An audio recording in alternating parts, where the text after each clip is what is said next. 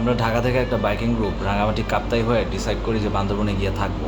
তো পরের দিন আসলে গ্রুপটা ডিভাইড হয়ে যায়, ম্যাক্সিমাম রাইডারই চলে যায় কক্সবাজারের দিকে, আর আমরা 5-6টার মতো বাইক ডিসাইড করি যে একদম ডিম পাহাড় আলীকদম হয়ে তারপরে কক্সবাজার যাব।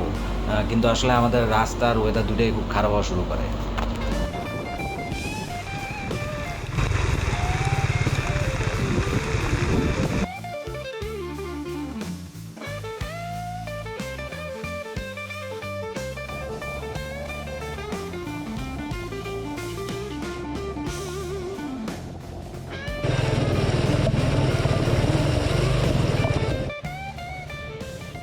ডিম পাহাড়ে যাওয়ার সময় প্রথম অ্যাক্সিডেন্টটা এই জায়গায় দেখি।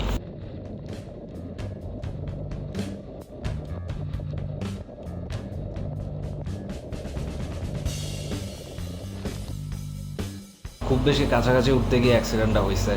আর এরকম খাড়া রাস্তায় আসলে উঠার টাইমে একটা ভালো ডিস্টেন্স মেনটেন করেই কিন্তু উঠা লাগে, নাইলে হঠাৎ যদি ব্রেক করতে হয় সেক্ষেত্রে বাইক ব্যালেন্স রাখা খুবই টাফ।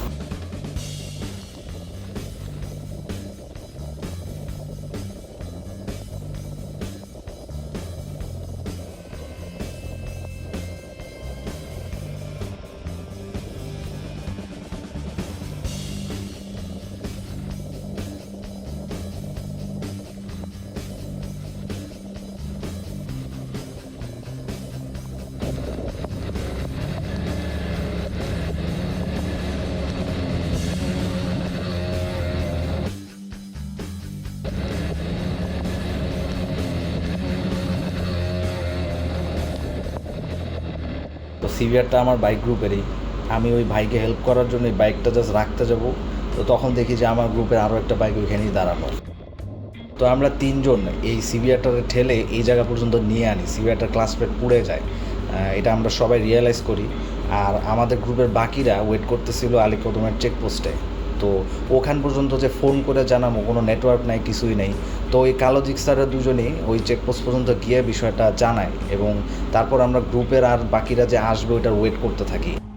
তো গ্রুপ থেকে একজন আসতে রাজি হয়, এবং ইন্টারেস্টিংলি এই সিভিআরটা ওনার নিজেরই বাইক, এবং উনি হইতেছে এই ট্রিপে 2টা বাইক নিয়ে আসছিলেন। তো ওনার সাথে পরে আমি থানচি পর্যন্ত যাই, ওখান থেকে একটা চাঁদের গাড়ি ম্যানেজ করি। চাঁদের গাড়ি যখন নিয়ে আনি তখন দেখি যে আরও 2টা বাইক অ্যাড হয়েছে। তো সবগুলা বাইক চাঁদের গাড়িতে নিয়ে আমরা নিজেরা যেসব বাইক ঠিক আছে ওগুলো চালায় চেকপোস্ট পর্যন্ত পৌঁছাই। কিন্তু যতক্ষণে আমরা ওই চেকপোস্টটায় পৌঁছাই অলরেডি 6টার বেশি বাজতেছিল, আর আর্মি আমাদেরকে এরপর আর যাইতে দেয় নাই। তো যে কারণে আমাদেরকে আবার থানচি আসা লাগে। থানচিতে আবার কোনো হোটেল ছিল না, সো আমরা এই রাত কাটানোর জন্য এই স্কুলটায় এসে ঢুকি এবং এখানে আমরা রাতটা কাটাই।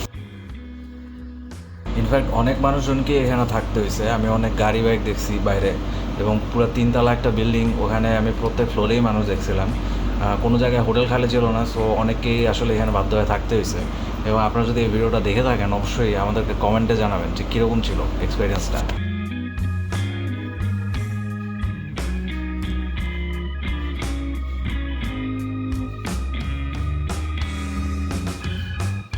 চকরিয়া, তো এখানে এসে আসলে বাইকের কাজটা করানো হয়। খুব বেশি কিছু না, জাস্ট ক্লাসটা একটু টাইট ছিল যে কারণে প্রবলেমগুলো হয়েছে। তো এখান থেকে বাইকের কাজ শেষ হওয়ার পরে আমরা কক্সবাজারের দিকে রওনা দিই এবং ওখানে আমাদের ট্যুরটা শেষ করি।